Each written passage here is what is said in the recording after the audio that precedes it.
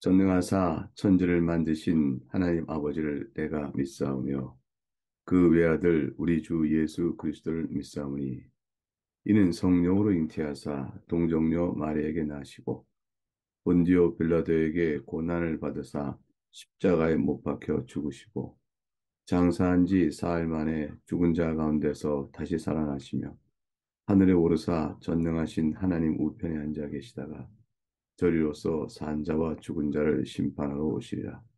성령을 믿사오며 거룩한 공예와 성도가 서로 교통하는 것과 죄를 사하여 주시는 것과 몸이 다시 사는 것과 영원히 사는 것을 믿사옵나이다. 아멘. 이제 찬송할 때인데 찬송가 149장 찬송가 149장 주 달려 죽은 십자가 1절과 2절 그렇게 찬송하겠습니다.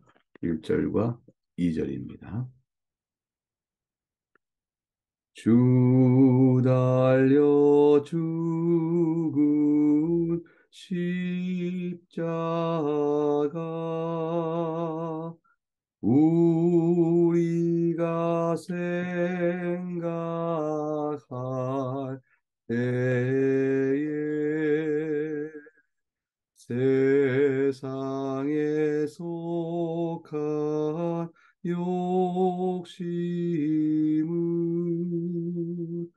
헛된 줄 알고 버리네.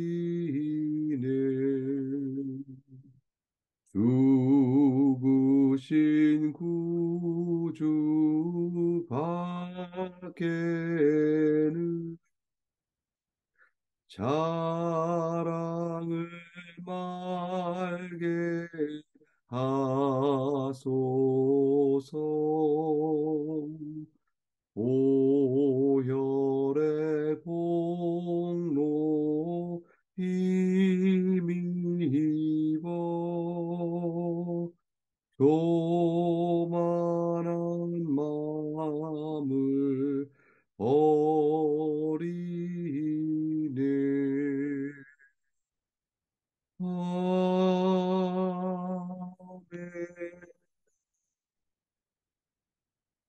오늘 함께 살필 주의 말씀은 마태복음 26장, 마태복음 26장 1절에서 17절에서 35절까지 말씀입니다. 마태복음 26장 17절에서 35절까지 말씀을 봉독하겠습니다. 무교절의 첫날에 제자들이 예수께 나와서 이르되 유월절 음식 잡수실 것을 우리가 어디서 준비하기를 원하시나이까? 이르시되 성한 아무에게 가서 이르되 선생님 말씀이 내 때가 가까이 왔으니 내 제자들과 함께 유월절을 네 집에서 지키겠다 하시더라 하라 하시니 제자들이 예수께서 시키신 대로 하여 유월절을 준비하였더라. 저물 때에 예수께서 12 제자와 함께 앉으셨더니 그들이 먹을 때에 이르시되 내가 진실로 너희에게 이르노니 너희 중에 한 사람이 나를 팔리라 하시니 그들이 몹시 근심하여 각각 여짜오되 주여 나는 아니지요. 대답하여 이르시되 나와 함께 그릇에 손을 넣는 그가 나를 팔리라. 인자는 자기에 대하여 기록된 대로 가거니와 인자를 파는 그 사람에게는 화가 있으리로다. 그 사람은 차라리 태어나지 아니하였더라면 제게 좋을 뻔하였느니라. 예수를 파는 유다가 대답하여 이르되 랍비여 나는 아니지요. 대답하시되 네가 말하였도다 하시니라. 그들이 먹을 때에 예수께서 떡을 가지사 축복하시고 떼어 제자들에게 주시며 이르시되 받아서 먹으라. 이것은 내 몸이라 하시고 또 잔을 가지사 감사하기도 하시고 그들에게 주시며 이르시되 너희가 다 이것을 마시라. 이것은 죄 사함을 얻게 하려고 많은 사람을 위하여 흘리는 바 나의 피 곧 언약의 피니라. 그러나 너희에게 이르노니 내가 포도나무에서 난 것을 이제부터 내 아버지의 나라에서 새 것으로 너희와 함께 마시는 날까지 마시지 아니하리라 하시니라. 이에 그들이 찬미하고 감람산으로 나아가니라. 그때에 예수께서 제자들에게 이르시되 오늘 밤에 너희가 다 나를 버리리라. 기록된 바 내가 목자를 치리니 양의 떼가 흩어지리라 하였느니라. 그러나 내가 살아난 후에 너희보다 먼저 갈릴리로 가리라. 베드로가 대답하여 이르되 모두 주를 버릴지라도 나는 결코 버리지 아니하겠나이다. 예수께서 이르시되 내가 진실로 네게 이르노니 오늘 밤 닭 울기 전에 네가 세 번 나를 부인하리라. 베드로가 이르되 내가 주와 함께 죽을지언정 주를 부인하지 않겠나이다 하고 모든 제자도 그와 같이 말하니라. 하나님의 말씀입니다. 하나님께 감사합니다. 6월절과 주님의 때가 무슨 상관이 있는가? 오늘 본문을 처음에 읽으면 주님께서 6월절 음식 잡수실 것을 준비하라 말씀하시고 이어 말씀하시를 내 때가 가까이 왔다라고 하셨습니다. 이렇게 말씀하신 내용은 주님과 6월절이 어떤 관련성이 있다라는 사실을 암시해주고 있습니다. 그것은 사실상 주님께서 우리를 위하여 하신 일이 하나님께서 여호와 하나님께서 이스라엘에게 행하신 일과 아주 밀접한 관계가 있음을 보여줍니다. 유월절은 이스라엘을 이집트의 억압에서 구하여 내신 놀라운 한 사건을 기념하는 절기입니다. 유월절이 있고 그 다음부터 한 주간의 무교절이 이 사건을 기념하면서 시작이 됩니다. 이것이 유대인 사회 속에서 가장 중요한 절기가 가운데 하나가 된 것은 그들이 이 사건의 중요성이 얼마나 큰 것인가를 잘 보여줍니다. 하나님께서는 그들로 하여금 이 유월절 사건을 이스라엘 존재의 시작처럼 여기도록 가장 핵심적이고 중요한 절기로 명하셨습니다. 오늘 본문에 보니까 무교절의 첫날이 되었다라고 되어 있죠. 이때 제자들이 예수께 나와서 유월절 음식 잡수실 것을 어디서 준비하기 원하시까 물었을 때 그만큼 주님은 이 날에 대한 중요성을 자신의 때와 관련하여 의미를 두고 있다는 사실을 보여줍니다. 단순히 예수님도 이때의 유대 사회와 마찬가지로 유월절 음식을 잡수시는 것에 어, 그래서 하나의 그들과 마찬가지로 절기를 지키는 일에 그치는 것이 아니고 이때쯤에 제자들의 준비와 또 예수께 나와 묻고 예수님께 대답하시는 모든 일에 내 때가 가까이 왔다. 이렇게 말씀하신 내용은 단순히 유월절을 지키시는 하나의 유대인의 관습에 따른 것이 아닌 것을 바로 짐작하게 합니다. 본래 무교절 첫날이란 유월절 지난 후에 첫날입니다. 유월절 하루가 지나고 그 다음부터 무교절이 시작됩니다. 그런데 유월절에도 무교병을 먹기 때문에 무교병을 먹는 그런 날이 시작되었다 하는 의미로 유월절을 포함해서 무교절의 첫날이다 이렇게 말하기도 하죠. 예수님께서 어떠한 의미를 유월절과 관련하여 갖는 것인가? 그것은 그 다음에 이어지는 내용에서 바로 알 수 있습니다. 그것은 주님께서 성찬을 제정하신 내용과 관련해 보면 예수님이 유월절과 관련하여 자신의 때가 가까웠다 하는 말씀의 뜻이 무엇인지를 짐작할 수가 있게 됩니다.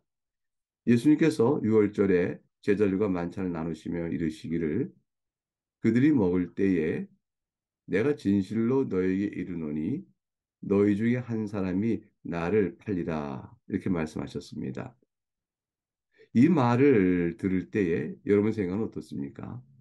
그 일을 의도하고 있는 또 다 계획을 이미 짜놓고 있는 가롯 유다의 경우 그 말씀이 바로 자기 양심을 찌르고 가슴이 덜커덕하고 손발이 떨리지 않을까요?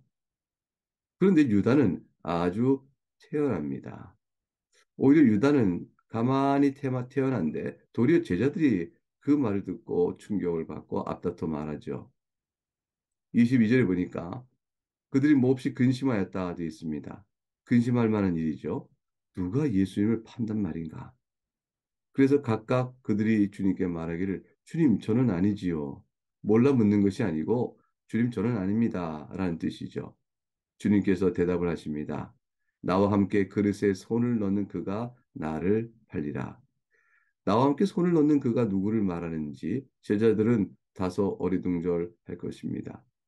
그런데 24절 주님께서 아주 중요한 신학적인 한 문제를 내용을 담고 있는 말씀을 하셔요.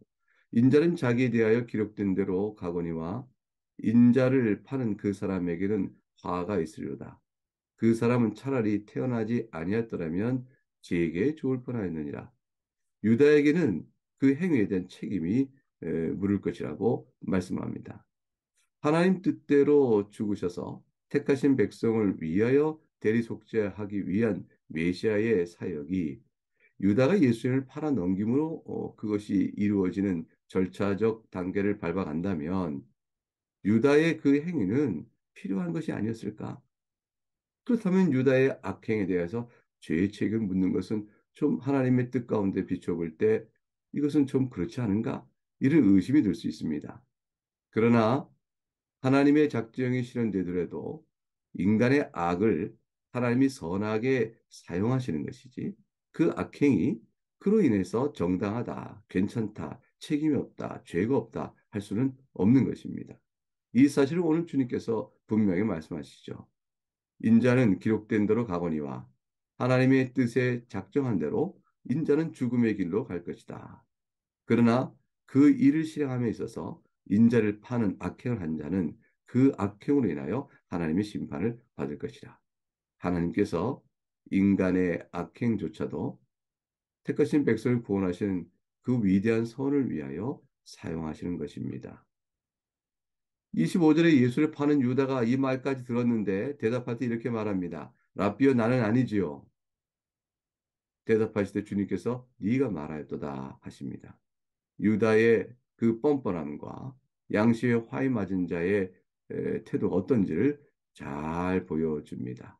이런 유다가 그의 악행으로 해서 하나님 앞에 심판을 훗날에 받는다는 것은 우리로서는 넉넉히 이해할 만한 일이 되어질 것입니다. 그리고 나서 주님께서 성찬을 제정하시죠. 떡을 가지시다 축복하시고 떼어 제자에게 주며 받아 먹으라 해서는 내 몸이라 하셨습니다. 그리고 그 후에 또 잔을 나눠주시며 죄의 사함을 얻게 하려고 많은 사람을 위하여 흘리는 바 나의 피 곧 언약의 피라 하셨습니다. 주님께서 이 유월절 마지막 유월절에 자신의 때가 가까운 이때에 성찬식을 제정해 주십니다. 자신이 이루실 구원 사건을 미리 보여주는 그 유월절 만찬을 이제 행하시는 것이죠. 다시 말하면 지금 참여하신 유월절은 예수님께서 우리를 위하여 행하실 구원 사건을 미리 보여주는 일종의 예표적인 사건이었던 것입니다. 십자가 구속 사건, 그것을 기념하는 것이 바로 그것을 미리 보여주는 것이 바로 유월절이었습니다. 그러므로 주님께서는 이제 앞둔 십자가 구속 사건의 위대한 이 사건을 앞두고 이제 유월절이 그것을 미리 보여주는 것이므로 유월절 의식을 행하며 이미 앞으로 이루어질 십자가 사건을 기초로 하여 오고 오는 모든 교회가 행하도록 하시는 성만찬의 의식을 제정하십니다. 그러니까 지금의 자리 속에는 과거와 현재와 미래가 함께 있습니다. 과거에는 이스라엘을 애굽에서 구원한 유월절 사건이요. 현재로는 이제 주님께 당하실 십자가 사건이요. 미래는 그것을 기초로 우리에게 은혜를 강화시키시기 위하여 제정하시는 성만찬의 의식입니다. 구약의 예언과 그림자, 모형, 그 모든 사건이 그리스도를 가리킵니다. 그리스도는 실체이시죠. 이제 그 그리스도께서 때가 되매 이 땅에 오셔서 그 내용 사건의 의미를 실현하시니 그것을 토대로 우리는 바로 우리가 하는 성찬식을 또 제정하게 되어집니다. 옛 백성이나 옛 하나님의 백성이나 오늘날 우리의 새로운 하나님의 백성이나 다 한 가지 그리스도 안에서 통일된 믿음의 원리에 따라 구원을 받게 되어지는 것입니다. 주님께서 축복하시고 떡을 떼어주시며 이것이 내 몸이니라 하셨습니다. 또한 감사를 하시고 잔을 나누어 주시며 죄 사함을 얻게 하여 흘리는 바 나의 피 언약의 피라 하셨습니다. 주님의 몸과 피, 그의 죽으심이 없으면 누구도 죄의 사함을 받지 못합니다. 주님이 생명의 떡이신 것은 피 흘림 없이는 죄값이 치울 수 없사오매 그러므로 우리를 위하여 대리 속죄하시는 주님의 피 흘림 없이는 누구도 스스로 자기 죄값을 피할 수가 갚을 길이 없는 것입니다. 이제 이어지는 말씀 속에 이렇게 말씀을 듣고 주님께서 오늘 밤에 너희가 나를 다 버릴 것이라 이렇게 말씀하셨습니다. 그러나 내가 살아난 후에 너희보다 먼저 갈릴리로 가시라 하셨습니다. 순환, 죽음을 예고하셨으나 부활의 소망을 먼저 얘기하셨습니다. 그러나 제자들은 부활에 관한 내용이 귀에 들어오기 전에 주님의 죽으심 내용이 크게 압도적으로 들어오게 되어집니다. 그래서 베드로가 대답하죠. 모두 주를 버릴지라 저는 결코 주님을 버리지 않겠나이다. 호언 장담을 합니다. 베드로의 이 주 앞에 나서는 이 호언 장담을 베드로의 성격을 짐작할 때 여전하구나 이렇게 생각할 수 있을 것입니다. 그런데 이것은 이미 마태복음 20장에서 베드로가 이렇게 말한 적이 있습니다. 부자 청년이 어떻게 영생을 얻겠습니까? 했더니 주님 모든 것을 버리고 나를 따르라 했을 때 그 청년이 근심하고 돌아가자 바로 나서서 이렇게 말을 합니다. 우리가 모든 것을 버리고 주를 쫓아 싸우니 무엇을 얻겠습니까? 이렇게 말했죠. 아마도 지금 베드로가 모두 주를 버릴지라도 나는 결코 주를 버리지 않겠습니다라고 나서는 것은 이미 모든 것을 다 버리고 주를 쫓았는데 무엇이 더 잃을 것이 있어서 두려워하겠는가? 라는 제 마음에서 이렇게 나선 것이 아닌가 생각할 수도 있습니다. 그런데 그것보다 조금 더 거슬러 올라가면 아마 베드로가 이렇게 말하는 모든 배경에는 주님의 교훈에 대한 학습이 있어 그러지 않는가 하는 생각을 할 수 있습니다. 마태복음 16장에 가게 되면 주님께서 역시 그곳에서도 순환 예고를 하셨지요. 그러자 베드로가 우리가 잘 아는 것처럼 예수를 붙들고 항변하여 예수를 책망하는 데까지 나가는 거예요. 주여 그리 마옵소서 이 일이 결코 주께 미치지 아니하리다. 이렇게 했습니다.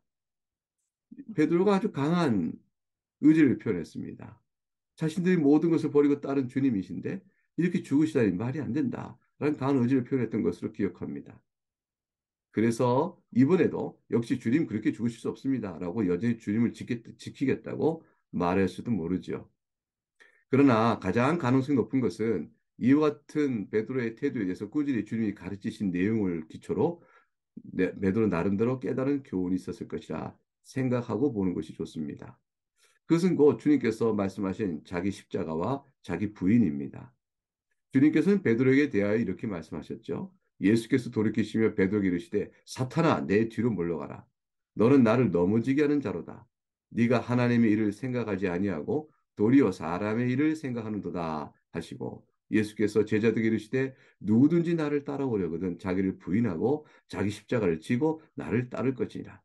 누구든지 제 목숨을 구원하고자 하면 잃을 것이요 누구든지 나를 위하여 제 목숨을 잃으면 찾으리라 하셨습니다. 이에 베드로는 주님의 죽으심 자리에 저도 함께 나가 죽겠습니다. 누구든지 자기 십자가를 지고 주님을 따르고 제 목숨을 구원하면 잃을 것이요. 라고 말씀하신 그 말씀을 제가 압니다. 주님께서 일찍이도 이와 같은 말씀을 하셨으나 내가 주님을 가로막았을 때 주님이 저에게 사탄아 뒤로 물러가라 하시면서 누구든지 자기 십자가를 지고 주를 따르라 하셨사오니 제가 이제 주님께서 말씀하신 바대로 저는 결코 주님을 따를 것입니다. 다 주님을 버려도 주님의 죽으심의 자리라도 저는 나가겠습니다. 제 십자가를 제가 집니다. 제가 저를 부인합니다. 아마 이렇게 적용하여 말할 가능성이 높습니다. 그동안의 배움이 잘한 것이죠. 그러나 예수님께서는 이에 대해서 내가 진실로 너에게 이르노니 오늘 밤 닭 울기 전에 네가 3번 나를 부인하리라 말씀하셨습니다. 베드로야 네가 내 말을 듣고 배우는 좀 더 교훈을 받아서 나름대로 자라나서 그렇게 말하는 것이냐 이렇게 말씀하지 않으시고 베드로의 반응에 대한 판단을 넘어서서 네가 나를 3번 부인하라고 말씀하셨습니다. 이 말씀에 대해 베드로의 반응이 어땠습니까? 내가 주와 함께 죽을지언정 제가 제 십자가를 지겠다니까요, 주님. 저는 자기를 부인합니다. 이렇게 얘기하는 뜻이죠. 내가 주와 함께 죽을지언정 주를 부인하지 않겠습니다. 라고 말하자 모든 제자도 그렇게 말했다 되어 있습니다. 그러나 우리가 다 아는 것처럼 베드로는 연약합니다. 그리고 그 연약성 때문에 주님을 과연 배반합니다. 그런데 그 배반을 통해서 베드로가 배워야 될 진정한 자기 십자가와 자기 부인이 무엇인가를 깨닫게 됩니다. 그것은 주님의 죽는 자리에 함께 나가 죽는 것이 아니고 십자가를 지는 자리에 함께 나가는 것이 아니고 오히려 주님이 홀로 지시는 그 십자가의 고난의 죽음을 통해서 자신이 어떠한 사랑을 받는가를 깨닫는 것입니다. 철저히 죄인이요 주님의 대리 속죄만이 자기를 구원하신 줄을 알고 그리고 용서를 주의로 인하여 받은 자로 알고 그리하여 비로소 가난한 자여 비천한 자의 자리에서 주님을 섬기고 나가는 것임을 뒤에 깨닫게 될 것입니다. 그것이 자기 십자가요 자기 부인의 참된 토대요 출발점인 것입니다. 영웅으로 자기 열심을 통해 주님을 섬기는 것이 아니라 주님이 나를 위하여 목숨을 버리고 십자가를 지셨으니 나 또한 주께서 나에게 베푸신 그 사랑에 깊이 감사하여 무엇으로 내가 주님께 이 감사를 올릴 수 있고 나갈 수 있겠는가? 주님을 향한 헌신은 주님을 위해 목숨을 버리고 십자가 지고 부인한다는 주님을 사랑하는 모든 헌신은 주께서 나를 향하여 베푸신 그 큰 사랑에 대한 깊은 깨달음과 그 사랑이 없으면 나는 아무것도 아니요 영원한 진노 아래 있는 연약한 자요 죄인을 따름이라 하는 철저한 자기 인식에서부터 오는 것이죠. 베드로는 그 뜻을 아직은 배우지 못하는 것입니다. 그렇지 못했다는 것은 다음에 이어지는 내일 살펴볼 본문에서 바로 이어집니다. 겟세마네 동산에서의 주님의 기도와 그와 동시에 그걸 둘러싸고 있는 제자들의 영적 나태 속에서 우리는 확인하게 됩니다. 오늘 본문이 주는 나름의 교훈들을 여러분 마음속에 받으시면서 함께 개인 기도와 더불어 기도하시길 바라겠습니다. 이제 기도합니다. 하나님 아버지 감사합니다. 오늘 주신 말씀을 통해서 우리가 받은 교훈대로 주님께서 우리를 위하여 속죄의 자리에 나가시는 그 은혜를 생각해 봅니다. 그 모든 걸 이루시고 그것을 기억하라 하시며 성찬을 제정하신 뜻에 따라 우리가 행할 때 깊은 감격이 있게 하여 주옵소서. 6월절 출애굽 사건을 기억한 이스라엘의 감격처럼 아니 그보다 훨씬 더 크고 생생하게 왜냐하면 그것은 약속이었으나 우리가 산 성찬은 이루어진 실현된 사실 위에 있기 때문에 더욱더 감격하며 주 앞에 나가는 저희가 되므로 참으로 주님의 죽음의 자리에 나가는 우리의 십자가를 지고 나간다는 것이 그 사랑 위에 있음을 생각하고 주의 사랑을 다시 한번 깨닫고 우리 모든 몸과 마음을 주께 내어드리는 그런 우리가 되게 하여 주시옵소서. 빌고 원하건대 사랑하는 교우들의 모든 영육간 형편을 살피신 주님, 오늘 하루를 또한 주의 은혜 가운데 사도록 장중에 붙드시고 보호해 주시옵소서. 감사하고 예수님 이름으로 기도하옵나이다. 아멘. 이제 주님 가르친 기도로 함께 순서를 마치겠습니다. 하늘에 계신 우리 아버지, 이름이 거룩히 여김을 받으시오며, 나라가 임하시오며, 뜻이 하늘에서 이루어진 것 같이 땅에서 이루어지이다. 오늘 우리에게 일용할 양식을 주시옵고, 우리가 우리에게 죄 지은 자를 사하여 준 것 같이, 우리의 죄를 사하여 주시옵고, 우리를 시험에 들게 하지 마시옵고, 다만 악에서 구하시옵소서. 나라와 권세와 영광이 아버지께 영원히 있사옵나이다. 아멘.